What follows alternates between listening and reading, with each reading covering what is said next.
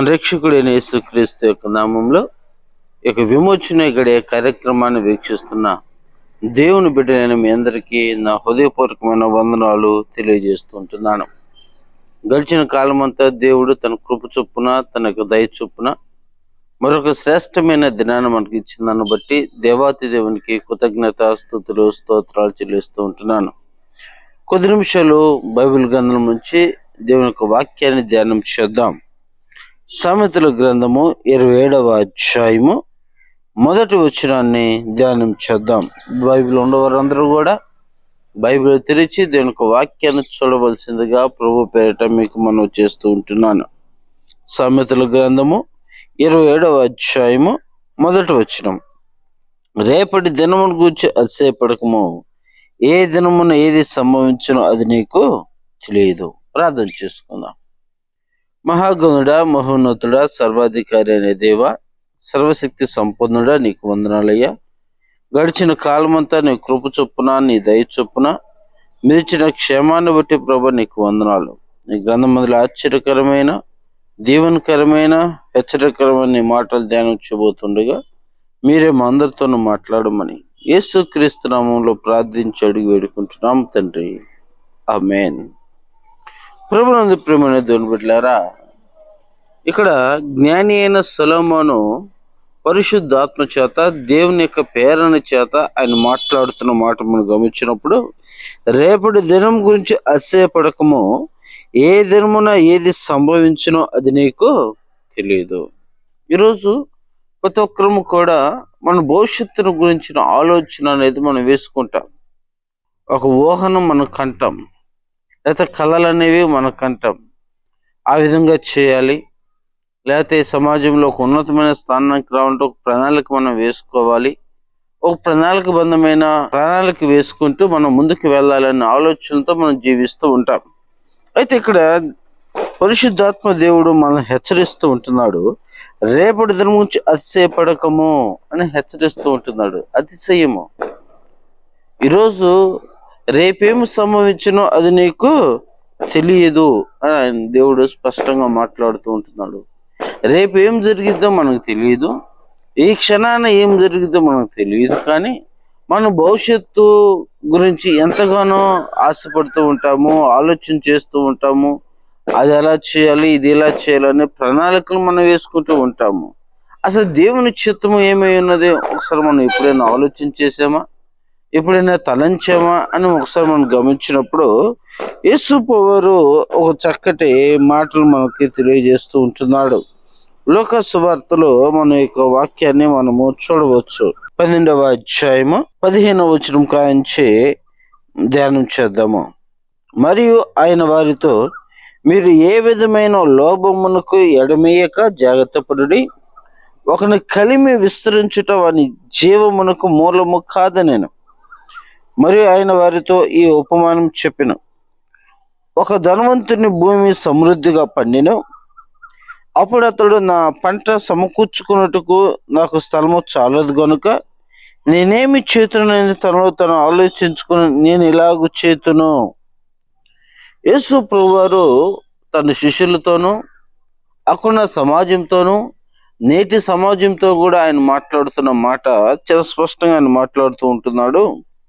మొదటగా అక్కడ మనం గమనించినప్పుడు, ఒకని కలిమి విస్తరించుట వాని జీవమునకు మూలము కాదనెను. కలిమి అనగా ఈరోజు మనం యొక్క ధనము విస్తరించుట చేత, లేకపోతే మనకు ఉన్న సరిహద్దులు విశాలపరచుట చేత మనకు అది మేలని మనం అనుకుంటాం, కానీ అది మన జీవనముకు అనగా దేవుని యొక్క రాజ్యమునకు అది మేలు కాదు అని ఇక్కడ దేవుడు మాట్లాడుతూ ఉంటున్నాడు.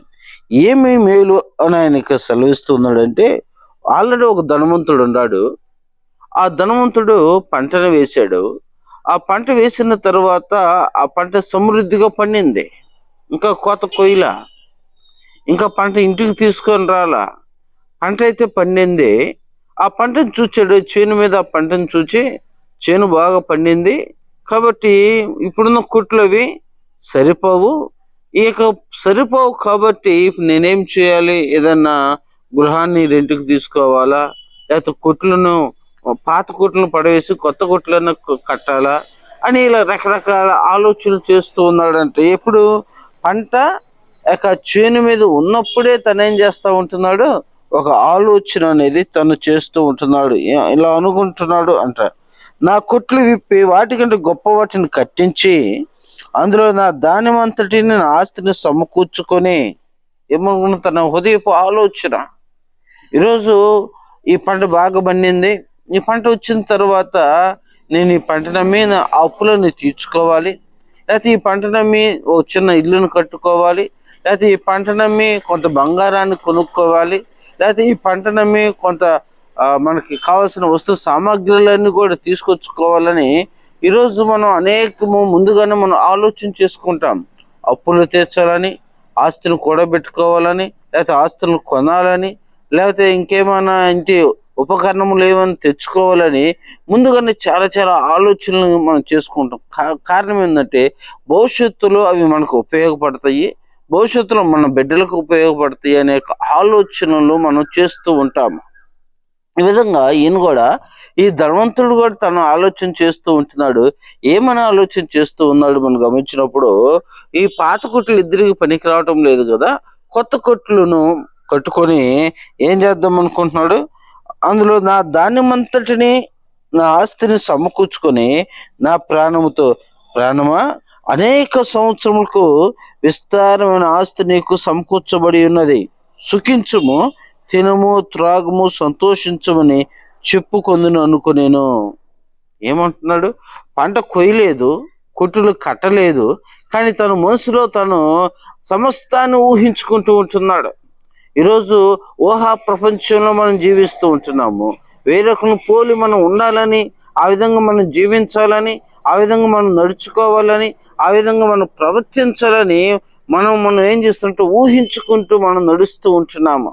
అసలు నిజంగా మన మార్గం ఏమై ఉన్నది, నిజంగా మన యొక్క ఆలోచన ఏమై ఉన్నది, అసలు నిజంగా మన యొక్క దేవుని యొక్క తలంపు నీ పట్ల నా పట్ల ఏమై ఉన్నది అనేది మర్చిపోతూ ఒక రంగుల ప్రపంచంలో, ఊహా ప్రపంచంలో ఎదుటి వ్యక్తిని చూచి ఆ విధంగా నడవాలి, ప్రవర్తించాలి, ఈ విధంగానే జీవించాలనే ఒక ఊహతో ఈరోజు మనిషి బ్రతుకుతూ ఉంటున్నాడు. అందుకే అన్నాడు, రేపటి దినంలో ఏమి సంభవించినో అది నీకు తెలియదు. నీకు ఒకవేళ ధనం విస్తరించితే ఇదే నాకు జీవానికి ఆధారమైనది, ఈ ధనం విస్తరించుట చేత నీ లోకంలో నాకు పేరు, ప్రఖ్యాతులు, ఘనతలు ఇవన్నీ కూడా వస్తాయి అని అనుకుంటున్నావేమో, కానీ దేవుని రాజ్యం అయితే నీకు రానే రాదు. అయితే మరో చోట మనం గమనించినప్పుడు కీర్తనల గ్రంథము 90వ అధ్యాయము 5-6 వచనాలు మనం గమనించినప్పుడు అక్కడ ఒక చక్కటి మాటను మనము చూడగలుగుతాము.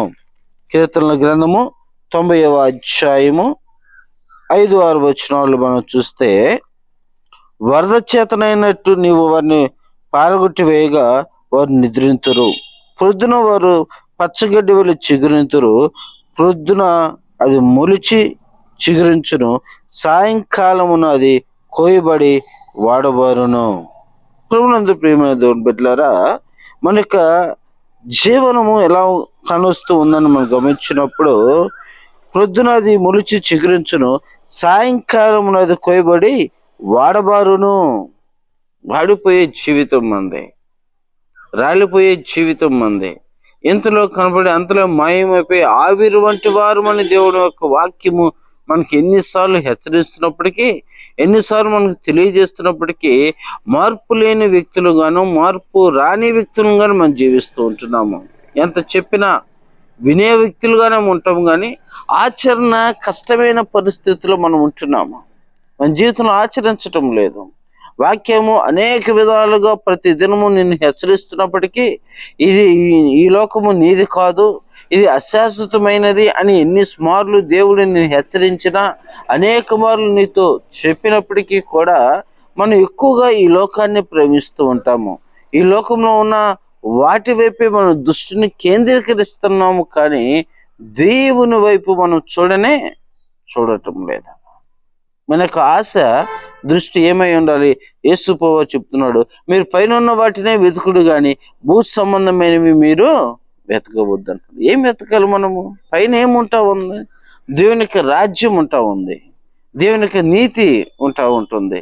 ఆయన నిత్యము పరిశుద్ధుడుగా ఆయన కొనియాడబడుతున్న స్థలంలోకి మనం వెళ్ళాలని ఆయన ఆశపడుతూ ఉంటున్నాడు. అందుకే కదా ఆయన నన్ను రక్షించడానికి ఈ లోకానికి వచ్చింది. అందుకే కదా ఆయన నీ కొరకు నా కొరకు తన ప్రాణం పెట్టివేసి ఒక మార్గాన్ని చూపించింది.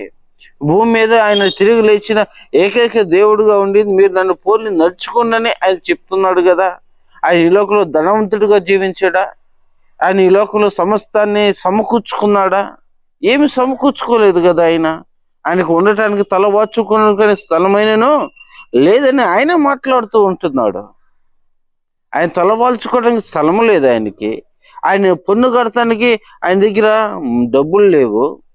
ఆయన ఏ విధంగా జీవిస్తున్నాడంటే అనేక మార్లు ఆయన సుదూరాలకు ప్రాంతాలకు ఆయన నడుచుకుంటూ వెళ్ళి సువార్తను ప్రకటించిన వ్యక్తిగా ఉంటూ ఉన్నాడు. దేవుడు ఈ దినాన్ని మనకు అన్నిటినీ సమకూర్చాడు. దేవుని కృప చేత దేవుడు ఇచ్చిన దానిలో తృప్తి లేని వ్యక్తులుగా మనం కానొస్తూ ఉంటున్నాము. తృప్తి పడని వ్యక్తులుగా మనం జీవిస్తూ ఉంటున్నాము. దేవుని బిడ్డలుగా మనం చెప్పుకుంటున్నాము, కానీ మన హృదయంలో ఏముండదంటే తృప్తి అనేది ఉండదు. ఈ ధనవంతుడికి కూడా తృప్తి లేదు. ఏం లేదంటే తృప్తి లేదు. ఇంకా కొట్టులు విప్పాలి, ఇంకా తను సంపాదించుకోవాలి, సుఖించాలి, తినాలి, త్రాగాలి. ఈ యొక్క ఆలోచనతోనే తన జీవితాన్ని కొనసాగిస్తూ తను ఏం చేస్తూ ఉంటున్నాడంటే నా ప్రాణమా సుఖించాలంటున్నాడు. ఈరోజు ఈ సుఖభోగాల కొరకు మన జీవితాలని పాడు చేసుకుంటున్న అనేక మందిని మనము చూస్తూ ఉంటున్నాం. అయితే ప్రభునందు ప్రియమైన బిడ్డలారా, మరొక వాక్యాన్ని మనం గమనించినప్పుడు మనకి కీర్తనల గ్రంథము 39వ కీర్తనలో అక్కడ ఒక వాక్యము రాయబడి ఉంటుంది. చూద్దాము. 39వ కీర్తన 5-6 వచనములు. నా దినముల పరిమాణము నువ్వు బెత్తడంతగా చేసి ఉన్నావు, నీ సన్నిధిని నా ఆయుష్కాలం లేనట్టే ఉన్నది. ఎంత స్థిరుడైనను ప్రతివాడు కేవలము ఒట్టి ఊపిరి వలె ఉన్నాడు.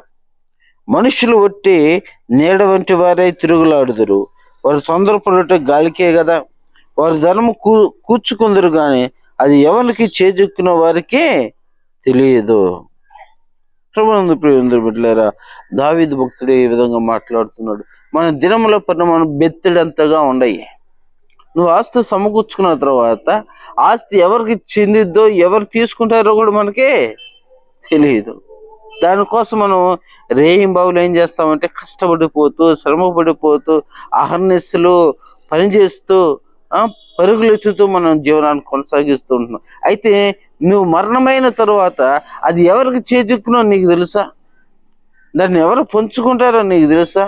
దాన్ని ఎవరు సంతోషంగా అనుభవిస్తారో నువ్వు చూడగలుగుతున్నావా అంటే ఏది కూడా మనం చూడలేము. అంత సమకూర్చి వేసి వెళ్తాము. దాన్ని పాడు చేస్తున్నారు, దాన్ని సక్రమంగా వినియోగిస్తున్నారు, అక్రమంగా వినియోగిస్తున్నారు. నీ పేరును, నీ యొక్క సంపాదనను, లేకపోతే నీకు గౌరవాన్ని మండగలుపుతున్నారు. ఏం చేస్తున్నారు అది నీకు తెలియదు. ఒట్టి ఊపిరి వంటి వారము. అయితే మనం ఏం చేస్తున్నామంటే ప్రయాసపడిపోతూ ఉంటాము, కష్టపడిపోతూ ఉంటాము, రేపటి గురించి ఊహలు కంటూ ఉంటాం, బిడ్డల గురించి ఆలోచన కలిగి ఉంటాము. అసలు నీ యొక్క దేవుని యొక్క చిత్తం ఏమిటి? నీ పట్ల దేవుని యొక్క ఆలోచన ఏమిటి? అసలు భూమి మీదకు నువ్వు ఎందుకు ఉద్భవించావు అంటే ఆస్తులు సమకూర్చుకోవడానికి ఉద్భవించావా? లేకపోతే స్థలాలు సమకూర్చుకోవడానికి దేవుడు ఈ లోకానికి నేను పంపాడా? లేకపోతే నీకు నువ్వు పేరు ప్రఖ్యాతలు కలిగి అందరి చేత మెప్పు కలగాలని నీకు దేవుడు ఈ లోకానికి నిన్ను పంపాడా? అసలు దేని కొరకు ఈ లోకానికి నువ్వు వచ్చావని ఏనాడైనా ఒకసారి ఆలోచించావా? ప్రియ దేవుని బిడ్డ, ఒక్కసారి ఆలోచన చేద్దాము. రేపటి దినం గురించి అతిశయపడకము. అతిశయించేవారు దేన్ని బట్టి అతిశయించాలంటే నా నామమును బట్టి అతిశయించాలి అని అంటున్నాడు ఆయన. నీకున్న ఆస్తులను బట్టి కాదు, నీకున్న స్థితిగతులను బట్టి అతిశయించడం కాదు, కానీ కేవలము నా నామాన్ని బట్టి మీరు అతిశయించాలి. ఆయన రక్షణ మనకి ఇచ్చిన దాన్ని బట్టి మనం అతిశయించాలి. ఎవరున్నా లేకపోయినా నేను దేవుని బిడ్డగా ఎన్నుకొనబడ్డాను, నేను దేవుని కొరకు జీవించు వాడినే ఉన్నానని నువ్వు అతిశయించాలి. కానీ ఇక పరమైన వాటి యందు నువ్వు మనసు నిలపకూడదని దేవుని యొక్క వాక్యము స్పష్టంగా తెలియజేస్తూ ఉంటుంది. ఇంకాను మనం గమనించినప్పుడు అనేక సందర్భాల్లో దేవుడు మాట్లాడుతూ ఉంటున్నాడు. అయితే మనం చేయవలసిన పని ఏమిటంటే ఆయన మాట్లాడుతూ ఇదే అనుకూలమైన సమయం, నేడే రక్షణ దినమని ఆయన మాట్లాడుతూ ఉంటున్నాడు. ఇది అనుకూలమైన సమయం. దేని కొరకంటే దేవుని యొక్క నిత్య రాజ్యంలోకి చేర్చబడటానికి. ఈరోజు అనేక వ్యాధులు మనం చూస్తూ ఉంటున్నాం. కళ్ళ ముందు కరోనా వ్యాధితో 2 సార్లు కరోనా వ్యాధి వచ్చింది. ఏం చేయబడింది? కొన్ని వేల మంది, లక్షల మంది ప్రపంచవ్యాప్తంగా చనిపోయారు. అసలు ఎవరిని తీసుకుని వెళ్ళి పాతి పెడుతున్నారు కూడా తెలియని పరిస్థితి. యుద్ధాలు జరుగుతూ ఉంటున్నాయి. కొన్ని వందల మంది చనిపోతూ ఉంటున్నారు. అనేక మంది క్రైస్తవ సమాజము మీద అనేక విధాలుగా దాడులు జరుగుతూ ఉంటున్నాయి. అనేక యాక్సిడెంట్లు మనం చూస్తున్నాము. అనారోగ్యంతో చనిపోతున్న వారిని చూస్తున్నాము. వారి యొక్క భవిష్యత్తు మీద ఎన్ని ఆశలు పెట్టుకొని ఉంటారు. వారి యొక్క బిడ్డలను చూడాలని, మనవలను చూడాలని, మన సంతానాన్ని చూడాలని, లేకపోతే వారి వివాహాలు చూడాలని, వాళ్ళు చక్కగా ఉద్యోగాలు చేస్తూ ఉంటే చూడాలని, ఇట్లా అనేక విధాలుగా అనేక మంది అనేక ఆశలు పెట్టుకుని ఉన్నవారు వారి యొక్క ఆశలన్నీ కూడా ఏమైపోయినాయి?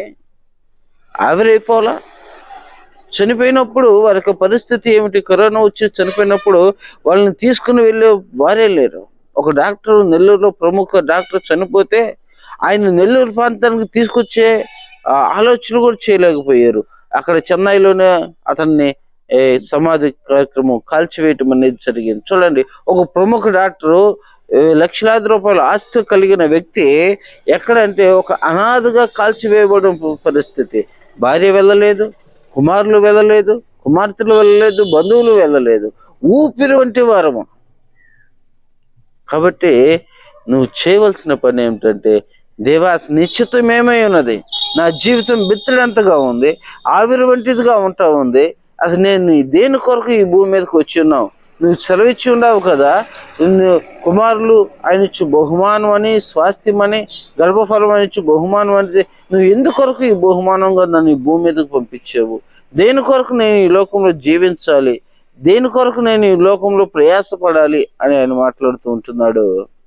నువ్వు వెళ్ళి సర్వలోకములకు వెళ్ళి సర్వ సృష్టిగా సువార్తను ప్రకటించడం. నాకు సాక్షిగా మీరు ఉండటానికి, నాకు మారుగా మీరు ఉండటానికి, మీరు మిమ్మల్ని నా పోలికగా నేను మిమ్మల్ని చేసుకున్నాను. ఏ జంతు పోలికతో మిమ్మల్ని చేసుకోలేదు, ఏ యొక్క పక్షుల పోలికల్లో మిమ్మల్ని చేయలేదు, కానీ నా పోలికలో మిమ్మల్ని చేసుకున్నాను అంటున్నాడు ఆయన. మనం ఎవరి పోలికంటే ఈ సృష్టికర్త అయిన దేవుని పోలికలో చేయబడిన వారము. మనము ఆ సృష్టికర్త అయిన దేవుణ్ణి పూజించటము, ఆరాధించటము, కొనియాడటము మర్చిపోతున్నాము. కానీ సృష్టిని మనం ఏం చేస్తున్నాం అంటే పూజించటం ప్రారంభించాము. ఆయనకి కోపాన్ని తీసుకొచ్చే వారంగా ఉంటున్నాము. అందుకే ఒక సమయంలో ఆయన మాట్లాడుతూ ఉన్నాడు, ఎద్దుకు తన కామందుని యొక్క ఇల్లు తెలుసు అని అంటున్నాడు. నేను కనీ పెంచిన నా బిడ్డలకు నా ఇల్లు తెలియదు అంటున్నాడు. ఆకాశము ఆలకించము అని ఆయన మాట్లాడుతూ ఉంటున్నాడు. ప్రియ దేవుని బిడ్డ, ఈరోజు దేవుడు దేని కొరకు నేను నిర్మించుకున్నాడు, దేవుడు నేను దేని కొరకు ఏర్పాటు చేసుకున్నాడు నువ్వు అంటే, ఆయన సాక్షిగా ఈ లోకంలో నువ్వు ఉండాలని, ఆయన కొరకు నువ్వు జీవించాలని, ఆయన కొరకు అనేక ప్రాంతాల్లోకి సువార్తను తీసుకుని వెళ్ళుటకు దేవుడు నిన్ను ఏర్పాటు చేసుకున్నాడని నువ్వు గుర్తెరిగి ఆయన వెంబడించే వ్యక్తిగా నువ్వు ఉండాలి. ఎందుకంటే మనము ఈ లోకంలో కొద్ది కాలమే మనం జీవిస్తాము. ఈ లోకంలో మనకు శాశ్వతమైనది దేవుని యొక్క రాజ్యము. ఆయన అంటున్నాడు, ఇదిగో నేను త్వరగా వచ్చుచున్నాను అని ఆయన మాట్లాడుతూ ఉంటున్నాడు. ఎవరైతే సిద్ధపాటు కలిగి ఉంటారో, ఎవరైతే నన్ను ఎరిగి ఉండి రక్షణ కలిగి ఉండి నా కొరకు ఎదురు చూస్తూ ఉంటారో వారిని నేను తీసుకుని వెళ్తాను. నేనుండే స్థలంలో మీరును ఉండులాగునా. ఎక్కడ ఉండటానికంటే ఆయన ఉండే స్థలంలో ఉండటానికి, మనం కట్టుకునే గృహాల్లో ఉండటానికి కాదు, కానీ మనం కట్టుకునే ప్యాలెస్లో ఉండటానికి కాదు. కానీ దేవుడు ఆ రాత్రి అతనితో మాట్లాడుతున్నాడు, వెర్రివాడ అంటున్నాడు. ఈరోజు భూ సంబంధమైన వాటిని సమకూర్చుకొని ఇదే జీవనం అనుకున్న వారందరితో కూడా దేవుడు అంటున్నాడు, వెర్రివాడ, రేపేమి సంభవించిన అది నీకు తెలియదు. నీ యొక్క జీవమును విస్తరించుట చేత, నీ కలిమి విస్తరించుట చేత, నీ సరిహద్దులు విస్తరించుట, నువ్వేదో గొప్పవాడు అనుకుంటున్నావేమో, అసలు రేపేమి సంభవించిందో నీకు తెలియదు. అయితే నువ్వు ఈ లోకంలో నీ ప్రాణము విడిచిన తర్వాత రేపు నువ్వు ఎక్కడికి వెళ్తావు? నిత్య నరకానికి వెళ్తావా? నా రాజ్యానికి వస్తావా? నా రాజ్యానికి రావాలంటే ముందు నా నీతిని, పరిశుద్ధత నువ్వు వెతికేవారిగా ఉండాలి. నన్ను వెంబడించే వ్యక్తిగా ఉండాలి. నా కొరకు జీవించే వ్యక్తిగా ఉంటేనే నువ్వు నా రాజ్యానికి వస్తావని దేవుడు మాట్లాడుతూ ఉండగా, ప్రియ దేవుని బిడ్డ, ఈ యొక్క క్షణంలో ఒక మంచి తీర్మానం చేసుకుందాం. నువ్వు దేవుని కొరకు ఏ విధంగా జీవిస్తూ ఉంటున్నావు? దేవుని కొరకు నిలబడే వ్యక్తిగా ఉంటున్నావా? దేవుని యొక్క రాజ్య సువార్తను ప్రకటించే వ్యక్తిగా ఉంటున్నావా? అనేక నశించిపోయే ఆత్మల కొరకు భారం కలిగి ప్రార్థించే వ్యక్తిగా ఉంటున్నావా? ఒకసారి ఆలోచన చేసుకొని దేవుని కొరకు నిలబడదాం. అనేక మందిని రక్షణ మార్గంలో నడిపిద్దాం. అనేక మందిని దేవుని యొక్క రాజ్యానికి వారసులుగా చేద్దాం. అటు గొప్ప పరిశుద్ధాత్మ దేవుడు మనకందరికీ కలుగును గాక. ఆమేన్. అందరికీ వందనాలు. ప్రార్థన చేసుకుందాం. మహాగణుడా, మహోన్నతుడా, నీకు వందనాలయ్యా. దేవ, ఇప్పటి వరకు మీరు మాతో మాట్లాడిన ప్రతి మాటలను బట్టి ప్రభు నీకు వందనాలు. ఈ వాక్యము హృదయంలో నూరంతలుగా ఫలించలాగున, అనేక మంది హృదయాలు కదిలించబడులాగున, నీ రాజ్యమును నీతిని వెదికే వ్యక్తులుగా ఉండులాగున తండ్రి ప్రభు కృప దయచేయమని, మా ప్రాంతాలను మీరు జ్ఞాపకం చేసుకోమని, మా పరిచర్యలను మీరు జ్ఞాపకం చేసుకోమని, దేవా అనేక ప్రాంతాల్లో జరుగుతున్న దేవా నీ వ్యతిరేకమైన కార్యములన్నిటిని కూడా మీరు సద్దుమనిపి దేవ నీ బిడ్డల విశ్వాసమును, బలమును, దృఢత్వమును, నిబ్బరమును మీరు కలుగు చేయమని ప్రార్థన చేయించడమయ్యా. అనారోగ్యంతో బాధపడుతున్న వారిని మీరు స్వస్థపరచండి. దేవ ప్రభా, చదువుతున్న బిడ్డలను మీరు జ్ఞాపకం చేసుకుని, చిన్న బిడ్డలను జ్ఞాపకం చేసుకోండి. మామూలు పరిపాలిస్తున్న అధికారులను తండ్రి ప్రభా ప్రతి ఒక్కరిని మీరు జ్ఞాపకం చేసుకోండి. నీ కృపలో వదిలి చేయమని యేసుక్రీస్తు నామములో ప్రార్థించి అడిగి పొందుకుని ఉంటున్నాము తండ్రి. ఆమేన్. మన తండ్రి దేవుని నుండి ప్రభువైన యేసుక్రీస్తు నుండి పరిశుద్ధాత్మకు అందిన సహవాసము ఈ వాక్యం ఉంటున్న ప్రతి ఒక్క బిడ్డకు ఆయన కృపా కాపుదల సదాకాలం తోడే ఉండి నడిపించును గాక. ఆమేన్. ఆమేన్. ఆమేన్. ప్రభునందు ప్రియమైన పడమర గోకులపల్లి గ్రామస్తులారా, మన ప్రభు అయిన యేసుక్రీస్తు నామములో మీ అందరికీ వందనాలు, శుభాలు తెలియజేస్తున్నాం. ఈ రోజున మరి మీ గ్రామానికి సువార్త చేయుటకు మేము మీ మధ్యకి రావడం జరిగింది. కొన్ని దేవుని మాటలు మీకు చెప్పి మీ గ్రామం గురించి ప్రార్థన చేయడానికి మేము సిద్ధంగా ఉన్నాం. చిన్న ప్రార్థన చేసుకొని మరి సువార్తను ప్రకటిద్దాం. మహాగణుడా, మహోన్నతుడా, పరిశుద్ధుడా, ఈ బంగారు పదములకు వందనాలు, స్తోత్రాలైనా ఈ సాయంకాల సమయంలో తండ్రి మేము ఈ యొక్క పడమర గోకులపల్లికి చేరి ఉన్నాం. అందుని బట్టి మీకు స్తోత్రములు తండ్రి. నైనా ఈ గ్రామస్తులను మీరు జ్ఞాపకం చేసుకోండి. నైనా ఈ గ్రామస్తులను మీరు దీవించండి అయ్యా. తండ్రి, మీరు గ్రామాన్ని ప్రేమించారు, సువార్తను ప్రకటించిన తండ్రి. ఈ రోజున ఈ గ్రామాన్ని మీరు ఏర్పాటు చేసుకున్న విధానం బట్టి వందనాలు, స్తోత్రాలు.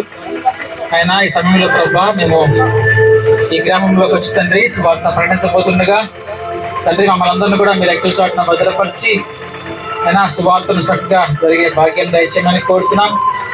వింటున్న ప్రతి ఒక్కరినైనా దేవుని మాటలు శ్రద్ధగా వినుటకు తగినటువంటి మంచి మనసు కూడా అందరికీ దయచేయమని తండ్రి, మాతో కూడా మీ కృపను మా వెంబడి కూడా మీరు రమ్మని విజ్ఞాపన చేస్తూ మీకే మహిమ, ఘనత, ప్రభావం చెల్లించుకుంటూ యేసుక్రీస్తు నామములో అడుగు పెడుతున్నాం తండ్రి. ఆమేన్.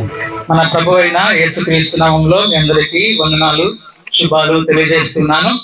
ఆదివారం సాయంకాల సమయంలో ఈ విధంగా గ్రామాలకు వెళ్తూ దేవుని యొక్క వాక్యాన్ని కొన్ని నిమిషాలు బోధించి ఆ గ్రామం గురించి ప్రార్థన చేస్తూ వస్తున్నాం.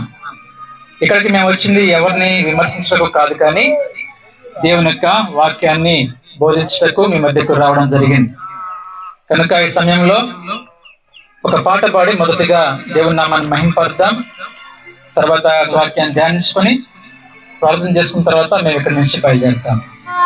విజయశీలుడా నా ప్రాణనాథుడా, పునరుద్ధానుడా, విజయశీలుడా నా ప్రాణనాథుడా, నా ప్రతి అవసరము తీర్చినట్టి యేసునాథుడా, నా అపజయములలో జయమునిచ్చిన కరుణాశీలుడా, పునరుద్ధానుడా, విజయశీలుడా నా ప్రాణనాథుడా. కొండలలో ఎదురైనా బాధలలో నిన్ను విడువను యేసయ్యా, కొండలలో ఎదురైనా తడియను యేసయ్యా, నీవే నాదే యేసయ్యా, ప్రేమ పూర్ణుడా, నా స్తుతికి పాత్రుడా. పడమర గోకులపల్లి గ్రామస్తులందరికీ ప్రభు పేట వందనాలు తెలియజేస్తూ ఉంటున్నాం. ఈ యొక్క దినము ఈ యొక్క ప్రాంతానికి వచ్చి దేవుని యొక్క సువార్త మనము తెలియచేయుటకు దేవుడు చూపించిన కృపను బట్టి దేవునికి స్తోత్రాలు చెల్లిస్తూ ఉంటున్నాం. కొద్ది నిమిషాలు దేవుని యొక్క వాక్యాన్ని దినాన మీతో పంచుకున్నట్టుగా ఆశపడుతూ ఉంటున్నాం. దేవుని ఒక వాక్యం తెలియజేస్తూ ఉంటుంది. అయితే దేవుడు మన ఎడల తన ప్రేమను వెల్లడిపరుచుచున్నాడు. ఎట్లనగా మనమింకనూ పాపులమై ఉండగానే క్రీస్తు మన కొరకు చనిపోయేను అని రాయబడి ఉంటుంది. దేవుడు ప్రేమ స్వరూపై ఉంటూ ఉన్నాడు. దేవుని యొక్క వాక్యము తెలియజేస్తూ ఉంటుంది. దేవుడు లోకమును ఎంతో ప్రేమించెను అని రాయబడి ఉంటుంది. ఆయన మనల్ని ప్రేమించి ఆయన మనల్ని ప్రేమించాడు అని రాయబడి ఉంటుంది. ఎలా తన ప్రేమను వెల్లడిపరిచాడు అనేది దినాన మీతో ఒక మాట తెలియచేయాలని ఆశపడుతూ ఉంటున్నాను. జరిగిన సంఘటన ఒకటి మీకు ఒకసారి జ్ఞాపకం చేయాలని ఆశపడుతూ ఉంటున్నాను. 2 అన్నదమ్ములు ఉన్నారు. 2 కవలా పిల్లలు. 2 ఒకే విధంగా ఉంటారు. 2 రకాల అలవాటులు ఒకటే, ఆలోచన విధానం ఒకటే. అందులో తమ్ముడు కొంచెము తులుపు గలవాడు, అల్లరి చిల్లరగా తిరిగే వ్యక్తి. త్రాగుతాడు, అబద్ధములు ఆడుతాడు, జూదం ఆడుతాడు. ఈ లోక సంబంధమైన అన్ని రకాల వ్యసనాలు ఆ యొక్క చిన్నవాడికి ఉన్నాయి. గొడవలకు వెళ్ళటము, ఇంటి మీదకి తగాదులు తీసుకొని రావటము, ఆ యొక్క గ్రామంలో ఆ ఇంట్లో నెమ్మది లేని పరిస్థితిని ఆ చిన్నవాడు కలుగు చేస్తూ ఉంటున్నాడు. ఎక్కడైనా గొడవ జరిగిందంటే ఆ చిన్నవాడు ఆ ప్రాంతంలో ఉండేవాడు. కొట్లాట్లు, ఆ కుటుంబానికి చెడ్డ పేరు తీసుకొని రావటము, ఇలా అన్ని విధాలుగా చేస్తూ ఉండేవాడు. పెద్దవాడు చాలా నెమ్మదస్తుడు, మర్యాద కలిగిన వాడు, అందరిని గౌరవించి మాట్లాడేవాడు. ఇలా పెద్దవాడు బాగా చదువుకొని మంచిగా పేరు సంపాదించుకుంటున్న వ్యక్తి. అయితే ఇరువురు ఒకే విధంగా ఉంటారు. ఒక దినాన ఆ చిన్నవాడు ఆ గ్రామంలో చిన్న గొడవ జరిగింది. ఆ గొడవలో ఆ చిన్నవాడు ఒక అతన్ని కొట్టాడు. ఆ కొట్టినప్పుడు ఆ గొడవలో చిన్నవాడు కొట్టిన వ్యక్తి చనిపోయాడు. ఆ యొక్క రక్తపు మార్కలతో ఆ చిన్నవాడు భయపడి ఆ గొడవ జరిగిన ప్రాంతాన్ని నుంచి పరిగెత్తుకుంటూ తన ఇంటికి వెళ్ళిపోయాడు. ఇంట్లో పెద్దవాడు ఉన్నాడు. ఏమైంది అని అడిగినప్పుడు, ఇలా గొడవ అయింది, అనుకోకుండా కొట్టుకున్నాము, ఒక అతను చనిపోయాడు అని చెప్తే ఆ చిన్నవాడిని పట్టుకోవడానికి పోలీసులు వస్తూ ఉంటున్నారు. తన శరీరము, తన యొక్క షర్ట్ అంతా మీద రక్తపు మార్కులతో ఉన్నాయి. వెంటనే తన అన్న ఏం చేస్తా ఉన్నాడంటే, ఆ షర్టు తీపిచ్చేసి తన యొక్క మంచి షర్టును తనకిచ్చాడు. ఇచ్చి ఆ రక్తపు మరకలతో ఉన్న షర్టును తను వేసుకున్నాడు. ఈలోపు పోలీసులు వచ్చారు. ఎవరికైతే రక్తపు మరకలు ఉండయో ఆ రక్తపు మరకలు కలిగిన వ్యక్తిని పట్టుకొని అరెస్ట్ చేశారు. వాస్తవానికి తప్పు చేసింది ఎవరు? చిన్నవాడు. శిక్ష పడవలసింది ఎవరికి? తప్పు చేసిన వ్యక్తికి. తప్పు చేసిన వ్యక్తికి శిక్ష పడాలి. అయితే తన అన్యాయం చేస్తున్నాడంటే తన తమ్ముడు పట్ల ప్రేమను వెల్లడిపరుస్తూ ఉంటున్నాడు. ఏ నేరము చేయకపోయినా, తను నీతిమంతుడిగా ఉన్నప్పటికీ, తను యథార్థవంతుడిగా ఉన్నప్పటికీ, తను పరిశుద్ధుడిగా ఉన్నప్పటికీ, సమాజంలో మంచి పేరు సంపాదించుకున్న వ్యక్తి అయినప్పటికీ కూడా కేవలము కారణము ఏమిటంటే, ఆ చిన్నవాడిని, తన తమ్ముడిని తన అన్న ప్రేమించాడు. ఎంతగా ప్రేమించాడంటే, నేరం చేసిన ఆ యొక్క వ్యక్తి ఏ నేరం చేయని ఆ యొక్క అన్న తన తమ్ముడు ప్రేమించాడు కాబట్టి తన తమ్ముడి యొక్క నేరాన్ని తన మీద వేసుకుంటూ ఉన్నాడు. ఆ పోలీసులు వచ్చి తన అన్నను అరెస్ట్ చేసి తీసుకుని వెళ్ళాడు. ప్రభునందు ప్రేమైన గ్రామస్తులారా, ఒకసారి ఆలోచన చేయండి. నేరం చేసిందేమో చిన్నవాడు, అరెస్టు చేయబడిందేమో అన్న. ఆ యొక్క తమ్ముడు జైలు వద్దకు వెళ్ళి తన అన్నను అడుగుతాడు, అన్న ఎందుకన్నా నేను చేసిన నేరాన్ని నువ్వు నీ నెత్తి మీద వేసుకున్నావు, ఆ శిక్ష ఏదో నేను పడవలసి ఉన్నది కదా అని అంటే తన అన్న చెప్తాడు, నేను నిన్ను ప్రేమిస్తున్నాను అని చెప్తాడు. ప్రభునందు ప్రియమైన గ్రామస్తులారా, యేసు ప్రభువారు కూడా నశించిన దానిని వెతక రక్షించుటకు ఈ లోకములకు వచ్చును అని రాయబడి ఉంటుంది. ఆయనకు మరొక ప్రేముడు ప్రేమ స్వరూపి. ఆయన మనల్ని ప్రేమించిన వ్యక్తిగా ఉంటూ ఉన్నాడు. మనకు పడవలసిన శిక్షను మనకు బదులుగా తాను వేసుకుంటూ ఉంటున్నాడు. కాబట్టి ఆయన ప్రేమామయుడై ఉండి నీవు నేను పడవలసిన శిక్షను తాను మీద వేసుకొని మన నీతిమంతులుగా మారుస్తున్న గొప్ప దేవుని యొక్క సత్యవాక్యాన్ని యొక్క దినాన మీ అందరికీ తెలియజేస్తుండగా ప్రేమ కలిగి ఆలోచన కలిగి ఒకసారి ఆలోచన చేసి సత్యవంతుడైన యేసు ప్రభువుని అంగీకరించవలసిందిగా ప్రభుపేట మనవి చేస్తూ ఈ యొక్క వాక్యాన్ని ముగిస్తూ ఉంటున్నాను. ప్రార్థన చేసుకుందాం. థ్యాంక్ యూ బ్రదర్, చక్కని వాక్యాన్ని అందించారు. ఈ సమయంలో మనము ప్రార్థన చేసుకుందాం. మరి ఈ యొక్క గ్రామం గురించి, ఈ గ్రామంలో ఉన్న ప్రతి కుటుంబం గురించి విన్నటువంటి వాక్యము వృధా పోకుండా ఫలించేలాగా మన మధ్యలో సిస్టర్ ప్రసన్న ప్రార్థన చేస్తారు.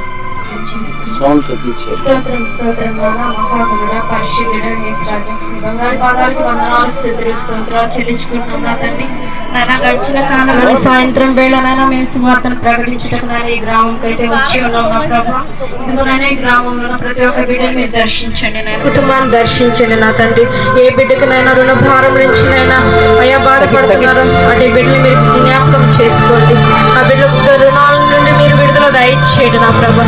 ఏ బిడ్డ అయితే అనారోగ్యంతో బాధపడుతున్నారో అటు బిడ్డలు మీరు జ్ఞాపకం చేసుకోండి.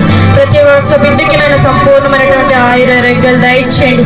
మీరు ముట్టండి నాయన. మీకు అసాధ్యంగా మేము మట్టి వారం నాయన. ఇదిగోనైనా ఈ వాక్యం అనేటువంటి విత్తనాన్ని మేము ఇక్కడనైనా చల్లుచున్నాం అయ్యా. దానికి ప్రతిఫలం దయచేయండి, ఫలింపులు మీరు ఇవ్వండి నాయన. సహాయం దయచేయండి.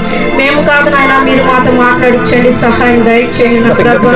అయ్యా మా కొరకైనా మీరు ప్రాణం పెట్టి కలువరి శిలలో మీరు రక్తం కార్చినారు నా ప్రభు.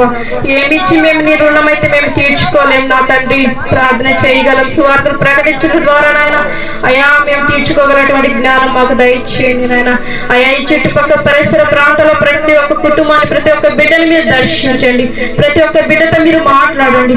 ప్రతి ఒక్క బిడ్డకు అవసరతలు అక్కరతలు తీర్చండి నాయన. ప్రతి ఒక్క కుటుంబాన్ని దర్శించండి. ప్రతి ఒక్క బిడ్డకి నన్ను సంపూర్ణమైనటువంటి ఆయురారోగ్యాలు దయచేయండి, స్వస్థత దయచేయండి. అయ్యా ఎవరైతే పొలాల విషయంలోనైనా పరిపాట్ల విషయంలోనైనా అయ్యా ఇదిగోనైనా ప్రతిఫలం కొరకు ఎదురు చూస్తున్నారు అటు బిడ్డల కుటుంబాలను మీరు దర్శించండి. ఆ బిడ్డలు నాట్లు వేసుకొని వండుకున్న నా ప్రభా అయ్యా ఆ బిడ్డకు 100 ఫలింపులు దయచేయండి. 30 100 ప్రతి ఒక్క కుటుంబాన్ని మీరు దీవించి ఆశీర్వదించండి. ఆ బిడ్డలు నీ వైపు చూసే భాగ్యం దయచేయండి నా తండ్రి. ఇదిగో నా ప్రభునైనా ప్రార్థన వాక్యం అనేటువంటి విత్తనాన్ని మేము ఇక్కడ నాటుతున్నాం. ఫలింపు మీరు దయచేయండి, సహాయం దయచేయండి. ఈ గ్రామం చుట్టూ మీ కాపుదల భద్రత ఉంచండి. ఈ గ్రామంలో ప్రతి ఒక్క కుటుంబానికి మీ అవసరత అక్కరత తీర్చండి, సహాయం దయచేయమని నాయన. అయా ఇదిగో మా యొక్క స్వార్థ పరిచయంలో మీరు తోడుగా ఉంటుంది నా ప్రభువ. అయా ఇదిగోనైనా మా కొరకు నా ప్రభు నీ శిల్వధారాలు ప్రోక్షింప చేసినారు నాయన. మా కొరకే తిరిగి ప్రాణం పెట్టి లేచినారు కొరకే మీకు వందనాలు చెల్లించుకుంటున్నాను నా తండ్రి. నీ వాక్యాన్ని ప్రతి ఒక్క బిడ్డ వినిన హృదయాల్ని మీరు జ్ఞాపకం చేసుకోండి, వినిన చెవుల్ని మీరు జ్ఞాపకం చేసుకోండి. మా వాక్యాన్ని ఆ బిడ్డల హృదయాలు పరచండి, ఫలింప దయచేయమని సహాయం దయచేయండి.